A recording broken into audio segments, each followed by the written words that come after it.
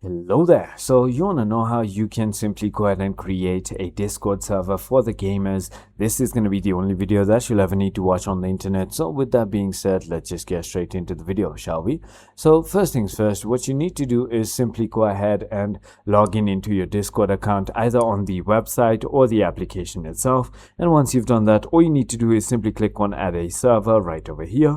Once you've done that, I recommend you to start with the gaming template because that's going to be the easiest rather than creating your complete own from your scratch. You can also do that, however, it's just going to consume a long time. So simply go ahead and click on gaming and then simply choose for you and your friends. You can also name it gaming or whatever you want and click on create.